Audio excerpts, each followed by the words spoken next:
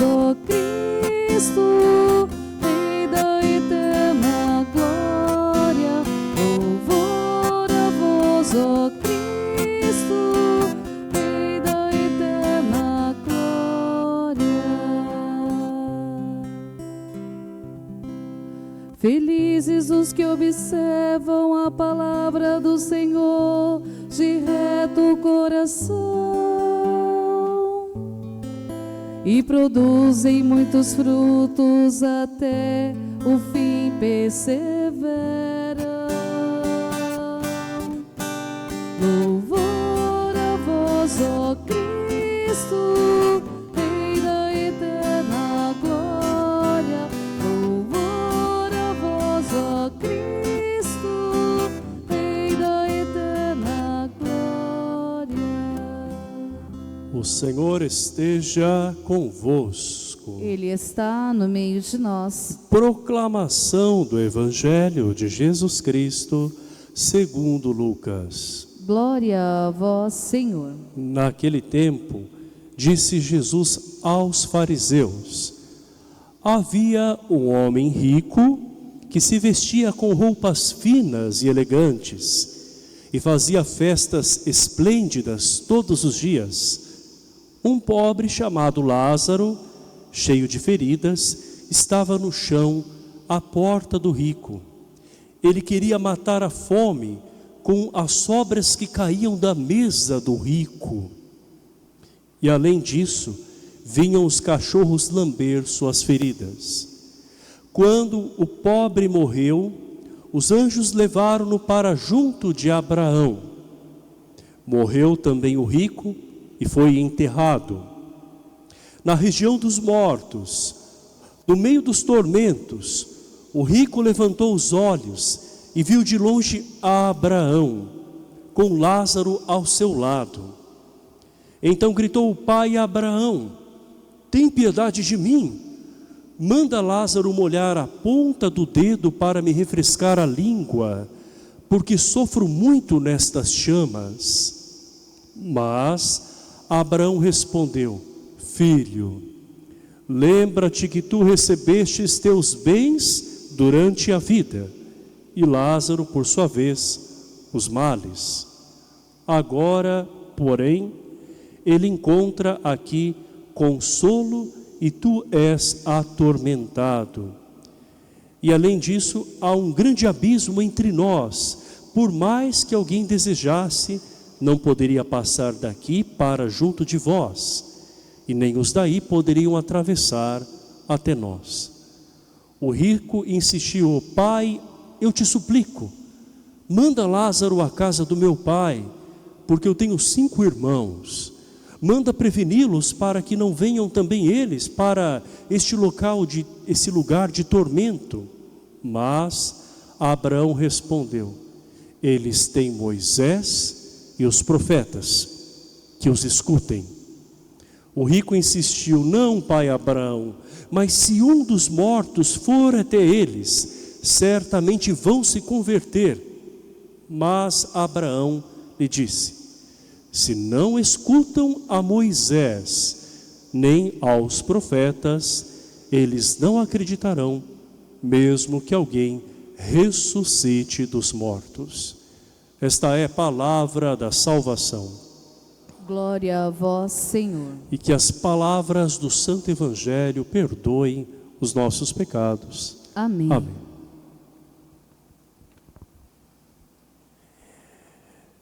Irmãos e irmãs, a liturgia da palavra ao longo desta quaresma nos coloca frente a frente com todos os exercícios que somos convocados a fazer na quaresma: o jejum, a oração.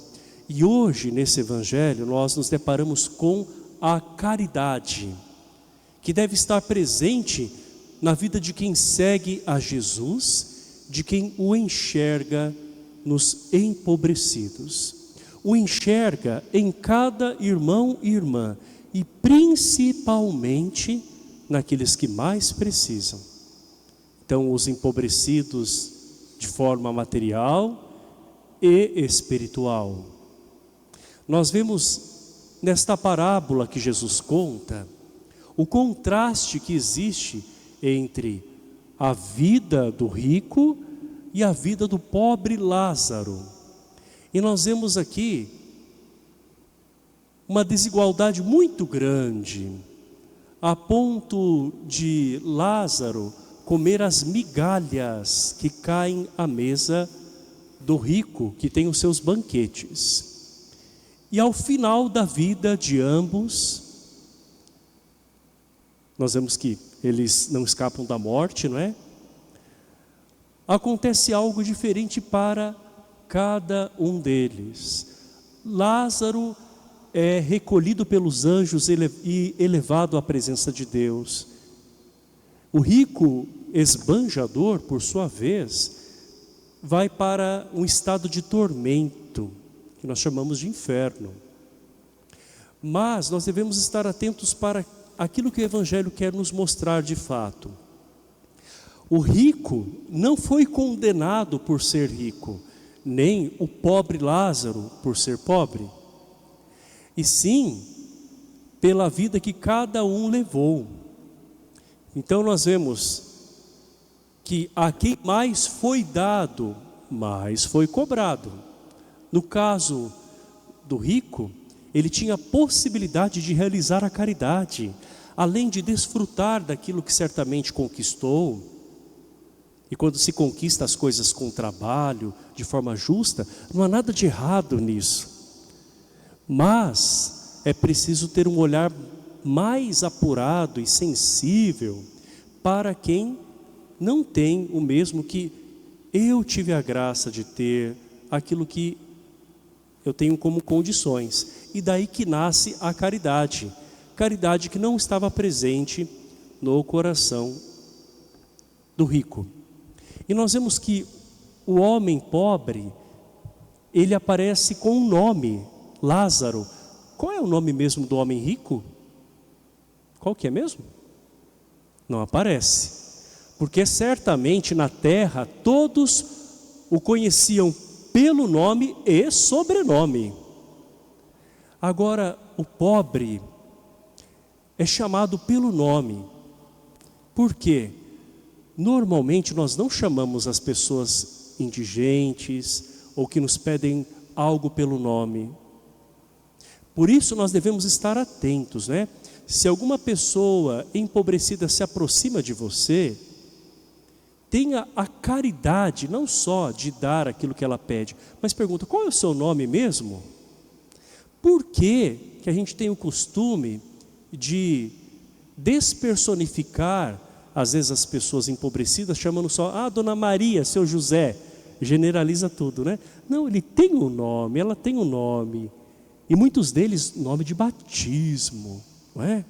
Então, chamar o outro com dignidade, a caridade começa aí, não é somente dar algo, não é? Mas dar a atenção através da acolhida. Eu posso dizer que fui surpreendido muitas vezes, por pessoas que eu achava que queriam só dinheiro ou comida. Daí eu perguntei, fulano de tal, depois de perguntar o nome da pessoa, o que o senhor, o que a senhora, o que você quer? Ai, padre, na verdade eu queria oração, queria uma bênção, queria alguém que me escutasse. E depois, algumas delas pediam alguma coisa dentro da sua necessidade. Então nós vemos que a caridade é muito abrangente. A caridade é tratar o outro como irmão, como irmã. E saiba de uma coisa, meu irmão, minha irmã, esse evangelho não é para nos amedrontar, é sim para nos despertar para a conversão. O rico esbanjador, ele foi para o tormento eterno. E depois ele tentava convencer Abraão, que representa, não é este que está na glória de Deus junto com Lázaro, de alertar os seus irmãos, querendo voltar à terra, e depois, né, pedindo para que alguém lá daquele estado do pós-morte voltasse à terra para poder falar. E Abraão diz que isso não é possível. E mais, que aqueles que estão na terra já têm a Moisés, que representa a lei de Deus, já tem os profetas. Então nós que estamos aqui temos os profetas, temos o Evangelho, toda a revelação de Deus já está acessível a nós. Então cabe a nós que ainda não partimos desta vida, nos convertermos e sermos solidários. Infelizmente eu ouço muita gente dizendo assim: eu acho que falam na igreja muito de pobre, deviam falar mais de Jesus. Pois bem, o próprio Jesus hoje nos fala de alguém empobrecido. Então, se nós desconsideramos isso, estamos desconsiderando a palavra de Deus. E quem ignora a palavra de Deus, ignora o próprio Cristo. Todas as pessoas precisam de amor, mas aquelas que são mais necessitadas precisam de um olhar maior. Por isso que a igreja tem sim a sua opção preferencial pelos pobres, não é? Que são pessoas que carecem de recursos, e não só, muitas delas até de uma educação, de uma estrutura. Não estamos dizendo que a pessoa empobrecida não tenha acesso, às vezes, a isso pelo valor que pode ter recebido de algum familiar, ou até a fé que ela pode ter, mas grande parte dessas pessoas, elas são carentes não só de coisas materiais, não é? De cultura, de uma série de coisas, de conhecimento, de esclarecimento sobre algumas questões.